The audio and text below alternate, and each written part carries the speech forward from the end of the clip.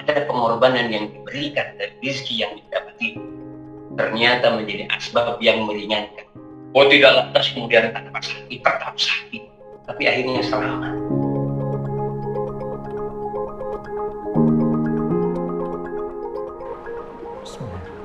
Assalamualaikum warahmatullahi wabarakatuh. Alhamdulillahirabbil alamin. Selamat datang dan selamat bergabung di acara Bincang Mulia, masih bersama saya Firjun Zelani, hanya di saluran kebanggaan kita BMH TV, saluran cerdas menggerakkan.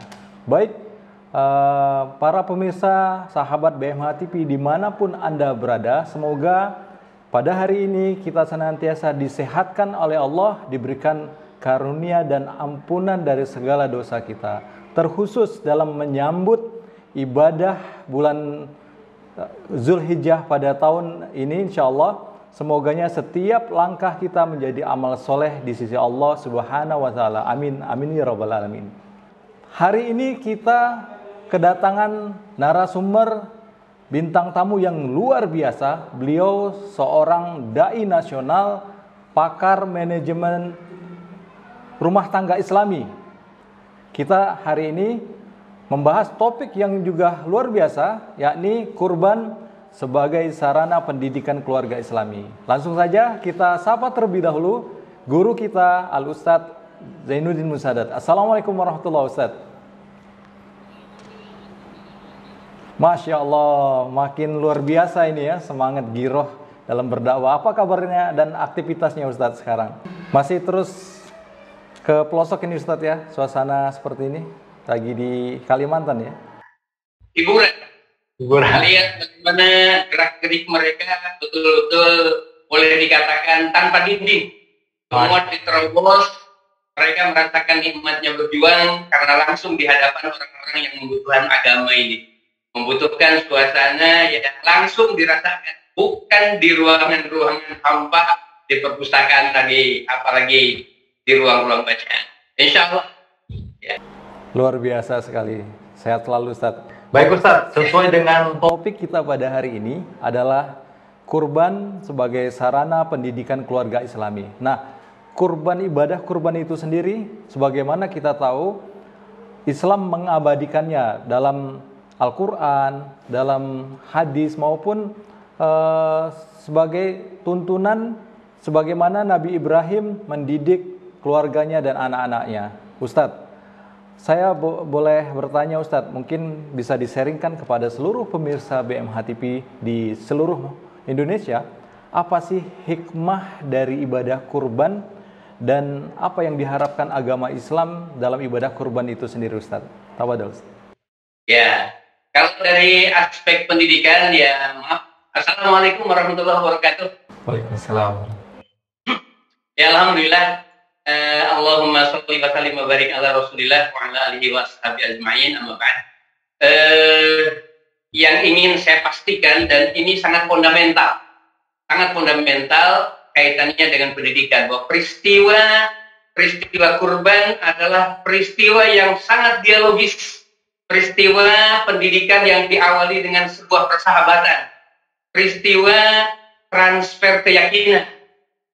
Inilah yang kemudian inti dari fondasi yang terbesar, sehingga siapapun nanti yang berkorban, insya Allah dia akan dapat hikmah sebagaimana kemudian hikmah yang didapatkan oleh Nabi Ibrahim alaihissalam sekeluarga, tentu dengan tensitas yang berbeda atau dengan kualifikasi muatan volumenya yang berbeda. Tapi bisa dipastikan ada fondasi yang sangat kuat, utamanya menyangkut persahabatan dan diskusi yang sangat dialogis dalam keluarga. Tidak ada sekat. Dan itu awal dari kunci yang terbesar dalam sebuah rumah tangga. Ya, itu saya kira yang paling pokok yang ingin saya tajamkan sejak awal. Luar biasa. Jadi esensinya adalah selain sebagai ibadah kepada Allah, juga ada spirit kebersamaan, berbagi seperti itu Ustadz ya. Ini luar biasa sekali. Baik Ustadz, menurut Ustadz dan pengalaman jam terbang Ustadz dalam mentarbiah keluarga anak-anak terutama, sebagai seorang tua dalam mendesain karakter building yang Islami, dalam hal ini mengedukasi anak-anak untuk berkurban. Bagaimana Ustadz kiat-kiatnya Ustadz? Saya kira kalau bicara kiat, apapun bentuk pendidikan harus berawal dari energi ketauladanan. Jadi bukan dalam ruang-ruang penjelasan yang panjang, bukan dalam bentuk perintah atau larangan. Tapi yang terpenting bahwa mereka merasakan bahwa kita memang sedang merasakan sesuatu. Jadi ketika kita misalkan berkurban, tanpa penjelasan, energi emosional kita, energi spiritual kita, dia akan rasakan sebagai sebuah gelombang komunikasi yang dahsyat. Ketauladanan, karena kita bukan pelaku teoritis. Kita bukan berada di langit-langit yang panjang dan jauh. Kita berada dalam realitas. Anak melihat yang kita bicarakan, itu yang kita lakukan. Insya Allah, seperti itu Nabi Ibrahim terhadap Ismail. Di situ intinya, Ustaz. Ketauladan berarti relevan sekali dengan ibroh dari surat Al-Kahfi. Manakala kita mengharapkan anak menjadi anak soleh, maka orang tua terlebih dahulu menjadi orang tua yang soleh. Seperti itu, Ustaz ya? Iya, saya kira karena masalahnya sering kemudian yang disebut-sebut anak soleh. Padahal yang lebih penting itu sebenarnya kita ingin memberi nama, siapa sih yang namanya Bapak Soleh itu? Jadi bukan Bapak Soleh, bukan soleh ya. Tapi memang Bapak ini soleh, ayah ini soleh, laki-laki ini soleh. Insya Allah yang keluar kita soleh. Ya, jadi identifikasi kedirian itu memang ada pada perilaku, bukan ada pada sebutan. Ya, saya kira di situ inti kedua yang bisa kita rasakan. Ya. Nah, ini sangat menarik, Ustadz. Namun di zaman saat ini yang orang bilang zaman millennials, di mana anak-anak generasi kita lebih asyik dengan gadget, dengan handphone ataupun perangkat medsos. Sementara untuk diajak mengobrol, berbicara, itu kadang orang tua zaman sekarang kesulitan, Ustadz. Bagaimana, Ustadz, pola terbaik dalam menghadapi generasi yang sekarang yang sudah melek teknologi, Ustadz? Ya, pertama, insya Allah kita sepakat ya. Kalau di zaman seperti ini kemudian kita mau menjauhkan mereka dari IT atau ruang-ruang maya, ya kita akan membawa mereka ke ruang primitif. Tidak mungkin kita kemudian melarang mereka dalam ruang itu. Yang paling penting sejak awal kita harus buat komitmen. Ada quality time, ada kualitas waktu yang kita siapkan untuk mereka. Tidak apa-apa dalam satu hari mungkin 20 menit, 30 menit, tapi itu direncanakan dan kualitas itu menyangkut komitmen dia dengan kita. Jadi menjauhkan mereka dari IT adalah sebuah kebodohan, bahkan ketertinggalan zaman. Tapi membiarkan mereka asyik dengan keinginannya, ya sama saja. Kita membiarkan mereka dalam kecelakaan. Insya Allah, kalau sejak awal komitmen kita dengan mereka itu lebih berkomitmen sesungguhnya dalam membuat perjanjian-perjanjian. Insya Allah. Dan ini pengalaman. Nanti main nongkrongnya sampai jam 5 ini kabarnya ya. Nah, sampai jam 5 sini. Setelah itu siap-siap untuk ngaji atau yang lain. Insya Allah begitu disahkan, kita janjian. Awalnya memang sulit, tapi pada akhirnya kekuatan kita kalau tegas, kan tegas tidak harus galak ya. Betul. Tegas tidak harus galak. Tapi kita harus konsisten dengan apa yang kita buat. Insya Allah pada akhirnya dia akan lebih konsisten dibandingkan dengan kita. Yang masalah itu, kita kemudian seperti keras, seperti disiplin, tapi sesungguhnya tidak konsisten dengan ketetapan-ketetapan yang kita lakukan. Ajak mereka dalam ruang-ruang komitmen moral. Insya Allah bisa. Jangan mengatakan tidak bisa. Ya. Jadi kata kuncinya ajak mereka untuk berkomitmen dalam ruang moral ya Ustaz ya, luar biasa sekali. Dan kekuatan itu sesungguhnya yang akan menjadi energi yang mengakar. Bahwa kita telah menanamkan kepada mereka sebuah karakter yang tidak dipaksakan, tapi ruangannya memang dalam proses pemaksaan itu tidak dirasakan sebagai sebuah beban. Dirasakan sebagai sebuah komunikasi. Kita saling bersenyum sampai tepuk pundaknya, sambil berjalan, tapi kita konsisten dengan apa yang kita katakan. Jangan lihat kita ngobrol dengan mereka. Jangan lihat.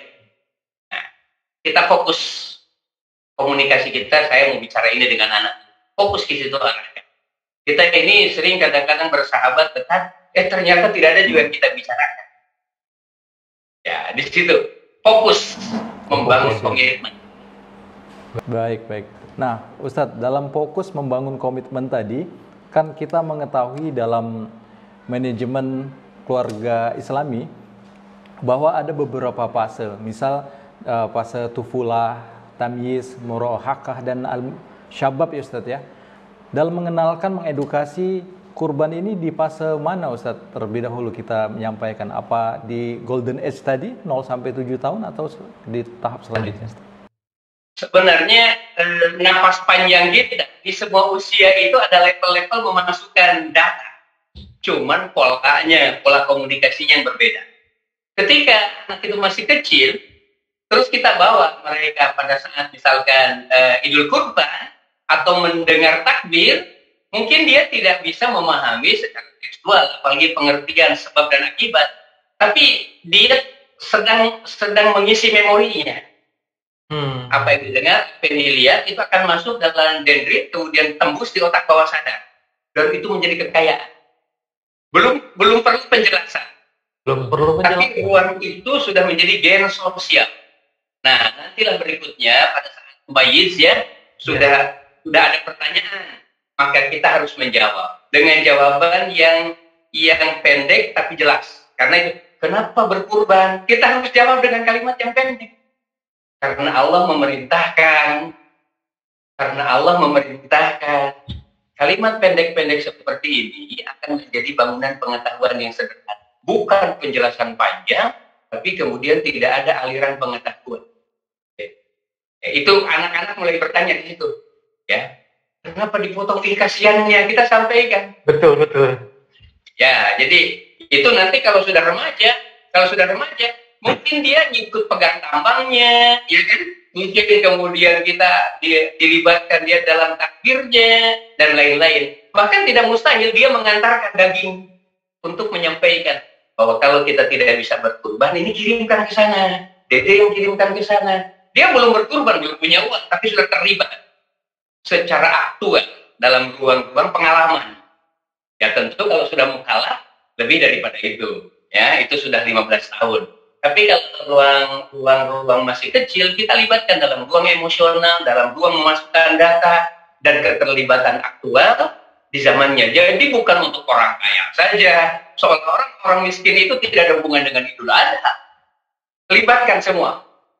Inilah tempat kita membangun tarbiyatul lil aulad. Tembus itu insya Allah. Oh, luar biasa sekali. Jadi tarbiyah itu kita awali dari diri sendiri, keluarga, masyarakat, baru ke tingkat selanjutnya Ustadz ya. Nah, untuk menjadi autopilot dalam fase kemandirian anak-anak kita, itu biasanya di usia berapa mereka Ustadz sudah menjadi spirit dalam ibadah kurban itu seperti itu Ustadz? Ya, kita kembali ke usia Nabi Ismail ya. Nah, itu kan menjelang masuk balik, belum balik. Ya, apalagi kalau sudah balik, sudah ada kalimat penjelas, sudah harus dilibatkan mereka dalam ruang-ruang yang aplikatif, ya, ruang aplikatif. Jadi memang tidak ada namanya berkurban ayam, apalagi telur ayam. Tapi kemudian mereka memberi untuk orang lain di hari Idul Adha, sampaikan kepada mereka. Ya, misalkan, coba bersihkan ini, nanti kita kirimkan ke sana. Jadi ruang-ruang aplikasi di usia 15 tahun itu adalah usia yang sudah bisa diberi beban. Nah sekarang ini jangankan bicara begitu, sudah 50 tahun merasa tidak punya kewajiban berkurban. Justru mereka merasa secara mental, saya ini orang yang paling berhak menerima kurban. Padahal yang harus dilakukan itu, nikmatnya beriman itu berkurban bagi orang miskin maupun orang kaya. Idul Adha adalah lapangan barisan orang-orang yang bisa menikmati pengorbanan. Apakah nanti korban seperti para sahabat ya. Saya ambil ini agak panjang dikit untuk menggambarkan para sahabat tidak semuanya bisa berkorban, tapi apa kesibukannya? Dia yang mendapatkan banyak daging, tapi bukan untuk dia makan, dia masak dan berupaya kemudian dia mengirimkan masakan kepada orang-orang yang bisa memakan. Nantilah kemudian setelah itu apa yang bisa didapatinya dari sisa makanan yang dimasaknya.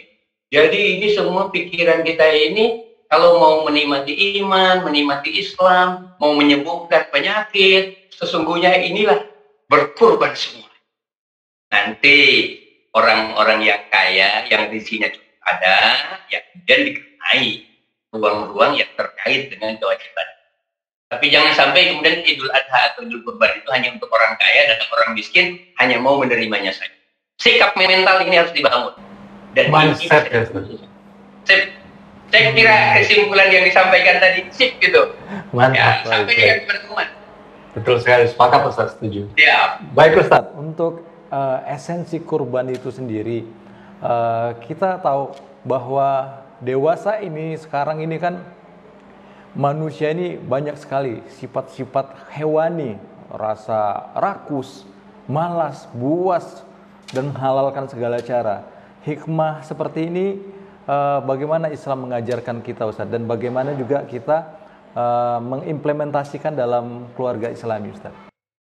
Ya, memang kalau mau kembali mestinya kan sejak kecil ya, bahwa kenikmatan beragama itu berawal dari pengorbanan. Bangun malam itu kan perlu pengorbanan, sholat berjamaah itu bukan perkara ringan, mencium kening anak, mencium kening istri itu kan ruang-ruang perlawanan yang secara ego itu susah dilakukan. Sebenarnya agama itu semua membutuhkan pengorbanan, apalagi kalau kemudian esensinya terkait dengan harta benda. Harta benda di situ. Nah, bagaimana kemudian kita mencoba mensosialisasikan kepada mereka? Tunjukkan bahwa memberi itu nikmat. Contoh, ini contoh yang paling sederhana. Ya, ayah memang, ibu ya itu bagus kalau mencium tangannya suami. Anak bagus kalau assalamualaikum dan mencium tangan suami. Tapi sesekali suami mencium tangannya istri, sesekali kemudian suami mencium tangannya anak. Itu sesuatu yang kemudian menampakkan, tapi sesekali ya, menggambarkan ada nilai lain, ada momen lain. Nah, misalkan yang lain, ya yang biasa ngasihkan makan kan istri kepada suami atau anak-anak meladeni. Sesekali lah suami kemudian yang mengambilkan sayur kepada istri, suamilah yang kemudian mengambilkan nasi istri. Ruang-ruang pengorbanan itu membutuhkan aktualisasi. Jangan kita hanya merasa sebagai orang yang paling pantas untuk dihargai. Nah, kalau ini selesai, paradigmanya sudah selesai, maka bangunan yang lainnya mudah. Bahwa kemudian kita diminta berkorban karena Allah ingin memberi sesuatu pada diri kita. Bahwa kemudian kita memaafkan karena Allah mau mengampuni. Jadi tidak ada hal yang bersifat transaksional, karena Allah pasti memberi lebih baik. Memberi kebahagiaan kepada orang itu yang membuat Allah membahagiakan kita. Nah, Idul Adha itu adalah cerminan bagi semua keluarga untuk menyampaikan itu. Mungkin bapak dapat dagingnya, yang masak ibunya, anak-anak yang mendapatinya. Jadikan ini ruang persahabatan. Jadikan ini ruang kebersamaan. Sehingga jangan makan dagingnya yang diperlukan, tapi sampaikan ini daging kurban. Kita doakan yuk orang yang berkurban.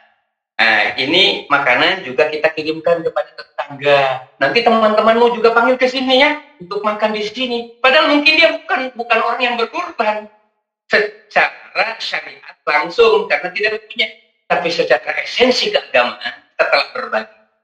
Jangan hanya menikmati menerima, harus menikmati memberi. Berikan, sampaikan kepada ruangan besar ini Idul Adha jangan dibiarkan berlalu tanpa nilai pendidikan keluar. Karena esensinya yang berkorban ini bukan hanya Nabi Ibrahim, yang mau dikorbankan lebih berat, mau difoto. Nabi Ibrahim moto, walaupun berat. Dan Siti Hajar juga berkorban luar biasa. Seorang perempuan melihat anaknya sedang gagah-gagahnya, cerdas-cerdasnya, tiba-tiba harus menyerahkan. Ibu apa? Tapi karena perintah Allah. Jadi yang terlibat itu semuanya Ibrahim dengan generasinya, Ismail dengan generasinya, kemudian Siti Hajar dengan generasi perempuan. Untuk menunjukkan Idul Adha adalah bulan pengorbanan semua orang-orang yang mau menikmati agama ini. Ya kan? Di situ. Ini luar biasa sekali. Saya selalu mengatakan esensinya. Jangan sampai kemudian praktek kurban ini diidentifikasi dengan ruang-ruang syariat yang terbatas. Betul. Betul, betul, betul. Ini menarik Ustadz, bagaimana orang tua mendidik anak-anaknya untuk menjalankan ibadah-ibadah yang diperintahkan oleh agama. Nah, kalau berbanding terbalik Ustadz, kalau kita coba anti teori, sekarang ibroh apa bagi seorang anak seperti Nabi Ismail yang rela berkorban gitu Ustadz? Atau dalam konteks lain, kewajiban apa bagi seorang anak untuk berbakti dengan ajakan orang tuanya dalam beribadah kurban Ustaz? Ya, sebenarnya Nabi Ismail kecil itu taat, itu hanya efek. Sekali lagi ini hanya akibat. Bapak soleh tadi ya. Ya, dari transfer nilai yang didapatkan dari Nabi Ibrahim. Masya Allah. Jadi dia bukan sebuah doktrin biasa. Dia sebagai efek. Betapa merasakannya Nabi Ismail kecil itu ketika berkorban. Bagaimana merasakan nikmatnya Bapak itu tersungkur sujud di depan Ka'bah. Ya. Bagaimana kemudian dia menyiapkan diri dalam pengorbanan yang dahsyat sekali. Dan itu menjadi refleksi yang diterima langsung.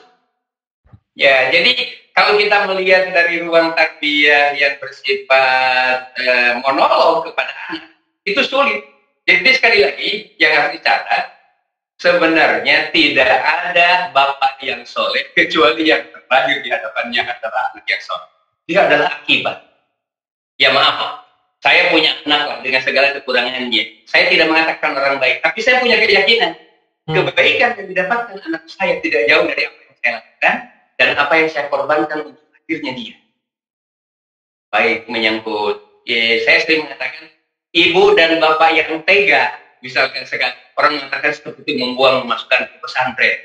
Padahal ibu bapak yang tega untuk suatu perjalanan kemandirian, sebenarnya belum di akhirat saja dia sudah mencicipi nikmatnya punya anak yang soleh dan mandiri. Efek tanpa mengurangi kalimat penjelas nanti dari ustadznya, dari pesantren atau dari lembaga pendidikan. Oke. This is the best lah.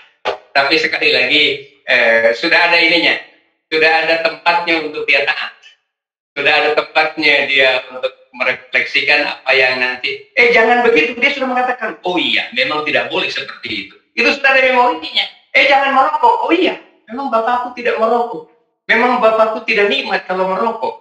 Maka ketika ada larangan merokok di kepalanya, dia tinggal apa istilahnya, mengklopkan gitu ya. Antara yang didapatkan dengan apa yang sudah ada. Dia bukan barang baru yang dipaksa. Ya. Masya Allah. Ustadz, jadi betul ya pepatah itu bahwa buah tidak akan jauh dari pohonnya ya, seperti itu. Apa yang kita tanam itulah yang akan kita panen. Manjada wajada dalam pepatah Arabnya seperti itu. Ya, kembali kepada kondisi pandemi pada saat ini. Ini seluruh dunia sedang berjibaku Ustadz ya dengan wabah ini. Saya minta insight nih Ustadz. Banyak sekali teman-teman kita menanyakan apakah dengan kurban ini bisa menolak bala Ustadz? Tafadhol Ustadz. Ya, saya kira secara umum jangankan kurban ya, infak saja itu banyak menyelesaikan masalah. Memang ikhtiar harus dilakukan, tapi betapa banyak ikhtiar itu kemudian menjelma menjadi akibat kesembuhan sesudah berinfak. Kita misalkan ini ada penyakit ya dalam tubuh kita. Kita memasuki pendekatan misalkan pakai probiotik atau pendekatan alopatik sistem atau pendekatan herbal. Oke. Ikhtiarnya tentu ada ruang ilmiahnya, ada ruang eksperiennya, ada ruang-ruang di mana dunia kedokteran membenarkan. Ketika ini dijalani, terus dia berinfak, apalagi berkurban. Bismillah. Di situ ada karomah, di situ ada mukjizat. Tapi bukan barang yang terjun bebas. Loh, bisa lebih cepat ya? Loh, kenapa kemudian livernya cepat sekali, kemudian fungsinya kembali? Loh, kenapa kemudian? Jadi tidak langsung kemudian tiba-tiba hilang semuanya. Tapi proses menghilangnya itu ada ruang ilmiahnya, ada pembenaran ilmunya. Itu harus diyakini. Saudara, kalau sakit berinfak. Titik nggak bisa. Usaha ke dokter, ambil kemudian madu, ambil kemudian gerak badan, plus berkurban. Ada hal-hal yang spektakuler. Dokter mengatakan, oh iya, tapi yang tidak bisa diiakan kecepatannya dan akibat yang didapatkan. Silakan coba, uji coba di lapangan. Banyaknya orang yang bermasalah diselesaikan oleh kurban. Banyaknya kemudian keluarga yang berada dalam benturan kekecewaan yang luar biasa, Allah kembalikan cintanya. Asal tidak ragu ya. Betul. Karena agama ini adalah penyelesaian. Cuman agama tidak selalu bersifat doktrinal. Apalagi kemudian seperti ruang jampi-jampi. Ya. Bismillah, ini jadi wasilah. Oh, saya sudah dapat banyak data. Protokol itu kehamilan yang kemudian secara lahiriah kemudian tidak bisa diselesaikan kecuali dengan cesar. Bismillah, masya Allah. Dia ruku, dia sujud, dia bermunajat, plus berinfak sebagai sebuah wasilah. Tentu dokter berusaha. Masya Allah. Apa yang terjadi? Ini terjadi di Masjid Baitul Karim, Cipinang Cempedak itu. Seorang ikhwan yang semua mengatakan dan harus lewat di syaitan, tapi aku menghendaki lagi. Ada pengorbanan yang diberikan dari rezeki yang didapati ternyata menjadi asbab yang meringankan.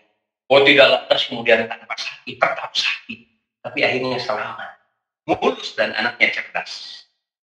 Apalagi kurban. Makanya pandemi ini bukan untuk mengurangi jumlah kurban. Mestinya ini menjadi tolak bala. Oh ya, betul. Iya. Kalau ada rumah tangga mau runtuh, kurban cepat. Saya bukan promosi, bukan apa. Tapi ini keyakinan. Allah yang berkuasa. Allah yang memberi jabatan. Dengan catatan, ikhtiar jangan ditinggal. Ya, bismillah. Bismillah. Artinya dalam kata lain, bulan Zulhijjah atau bulan Idul Adha ini jangan terlewatkan dengan sia-sia, Ustaz ya. Ada momentum spesial di situ. Betul seperti itu, Ustaz ya. Ya, jadi bukan hanya jangan dilewatkan, paksakan. Dengan catatan ya jangan berhutang lah. Iya kan?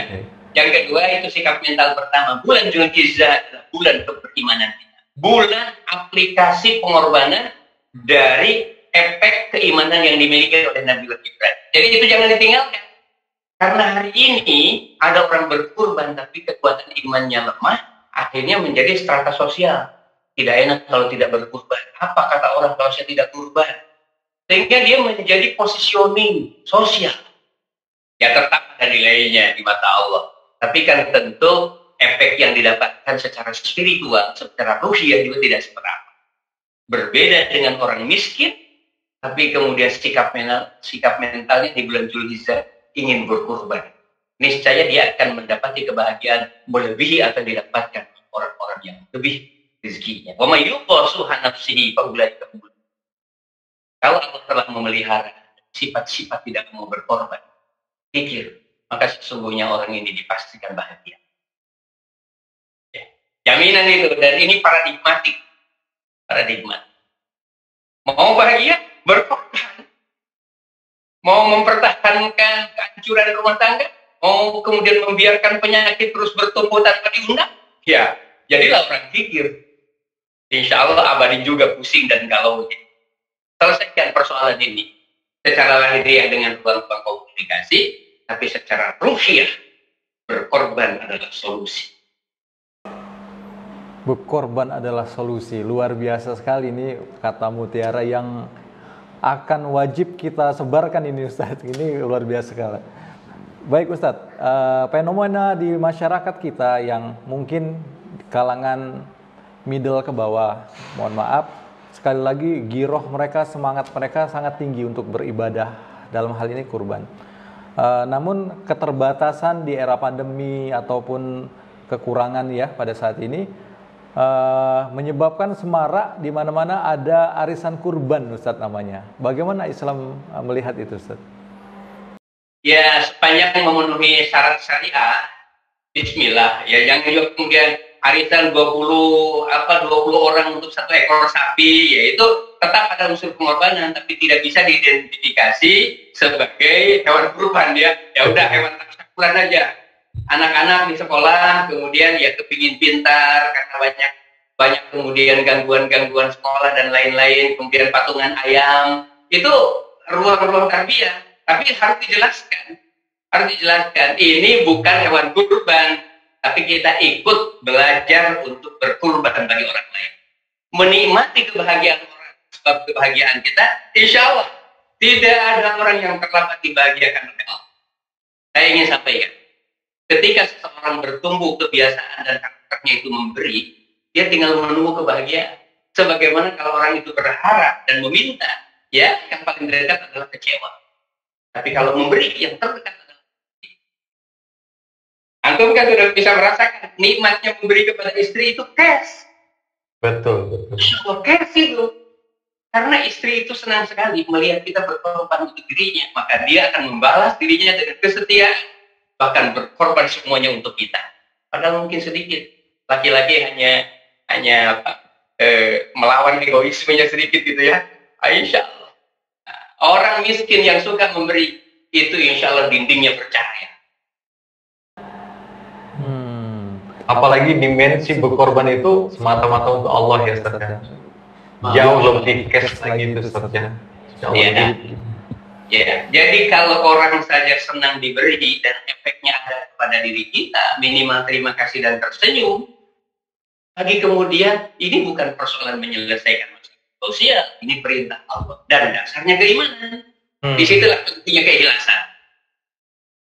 Makanya keikhlasan itu tidak nol. Saya tidak mau berkorban nanti tidak ikhlas. Saya tidak mau memberi nanti tidak ikhlas. Orang seperti ini tidak akan pernah memberi. Insya Allah memberi jam terbangnya melahirkan keikhlasan. Ya, jam terbang memberi melahirkan keikhlasan untuk berkorban bagi orang lain. Dan itu bisa dinikmati. Ya pokoknya selamatlah bagi laki-laki yang suka sedikit korban perasaannya, meladeni istrinya dan lain-lain. Saya kira ternyata keluarga sakinah itu tidak bisa hanya enak menerima, harus enak memberi. Sehingga ada keseimbangan. Bahwa ada sesuatu yang tidak dimiliki oleh dia, ada pada kita. Sebaliknya seperti itu. Kita menyadari, ada sesuatu yang bisa kita rasakan, tapi ada sama dia. Tuhan. Jadi keluarga sakinah itu sebenarnya balance dari orang-orang yang suka berkorban. Bukan dari orang suka merasa diberi terus, merasa dirani terus, merasa diperhatikan terus. No. Hancur kalau laki-laki rumah tangga itu egois. Nabi Ibrahim berbagi, bukan berbagi pengetahuan dan makanan saja, berbagi keyakinan. Sehingga yang diberi kepada Nabi Ismail kepada setiap ya selamat kompak deh, suami istri berkorban karena Allah. Ya. Ini ciri-ciri keluarga yang sakinah mawaddah warahmah tadi. Ada mindset untuk memberi seperti itu Ustaz ya. Ya kesimpulan itu yang mau digarisbawahi. Distabilo baru dibagikan. Betul sekali. Ini luar bagikan, sebelum dibagikan dirasakan dulu. Dirasakan. Betul sekali. Itu. Jika gelombangnya itu gelombang pemberian itu ada. Jangan mengatakan bagus sekali penjelasannya. Tapi ketika tidak ada gelombang aktual, sampah. Menjadi pengetahuan, bahkan jadi sampah dalam otak. Siapa sih orang yang tidak tahu kalau berkorban itu berpahala? Tapi pengetahuannya tentang korban tidak cukup untuk melahirkan pengorbanan. Tetap aja kikir. Tahun ini kayaknya tidak bisa. Bisa beli motor. Tahun ini kayaknya belum bisa. Garasinya jadi tambah. Ya, itu menunggu selesainya, insya Allah tidak akan berkorban sampai kiamat. Masya Allah, Masya Allah, Masya Allah. Ini bagaikan samudra ilmu nih yang kita dapat hari ini, semuanya daging semua Bapak. Tapi bukan daging kurban Ustaz, tapi ilmunya daging semua. Laksana laut mati, jika ilmu itu tidak kita bagikan, maka dia akan seperti laut mati, tidak bergerak, stuck di situ. Ini luar biasa sekali Ustaz, semangatnya tausiah dan pencerahan bagi kita semua. Ustaz, sebagai closing statement dalam diri seorang mukmin, dalam hal ini keluarga muslim sejati, yang berharap untuk menjadi keluarga sakinah, mawaddah, warahmah. Apa pesan spesial Ustadz? Ya saya kira saya ingin mengulang aja karena ini yang penting. Mental memberi itu harus menyatu dengan cinta. Jangan kemudian kita dicintai itu hanya mau diberi. Kalau kita mau mendapatkan sesuatu, maka memberilah. Pada manusia, bahkan kucing yang diberi perhatian, maka dia akan menempatkan majikannya sebagai komandan yang ditaati. Taat kepada Allah, bukan Allah membutuhkan pengorbanan. Kita ingin tunjukkan, perintah Allah adalah cinta. Perintah Allah adalah nikmatnya. Perintah Allah adalah penyembuhan dari semua persoalan yang kita ada. Allah menciptakan kita dengan cinta. Maka Allah kemudian kepingin kita kembali kepadanya dengan cinta. Dan salah satu bentuk cinta Allah, Allah memerintahkan. Allah melarang. Di antara larangan dan perintah, ada sesuatu yang datang dari gejolak energi iman. Itulah pengorbanan. Bohong kalau ada cinta tanpa pengorbanan. Itu kata filosof. Tapi sesungguhnya disitulah Islam ada. Bismillah deh, jangan menunggu kaya mau berkorban. Apalagi kalau nyata-nyata memang ada yang bisa dikorbankan. Pandemi bukan halangan untuk syariat menembus keuangan. Bahkan dia, tanda kutip ya, menjadi tolak balas. Kompak deh hari ini. Kalau perlu lebih banyak lagi, terutama yang bisa kita kirim ke pelosok-pelosok, karena mereka menerima kurban itu layaknya menerima sesuatu di saat kemudian haus dan lapar datang. Kita hari-hari mendapatkan daging. Mereka mungkin pernah ada hari daging datang. Mereka menerimanya dengan sepenuh kunyahan dan sepenuh menelan dengan nikmat. Maka doanya lebih hebat dibandingkan dengan semua. Maaf. Selamat berjuang. Assalamualaikum warahmatullahi wabarakatuh. Waalaikumsalam warahmatullahi wabarakatuh. Masya Allah, jazakallah khair kasiran Ustadz Zain. Alhamdulillah kita hari ini seluruh pemirsa BMH TV di seluruh Indonesia, di pelosok Nusantara hingga seluruh dunia.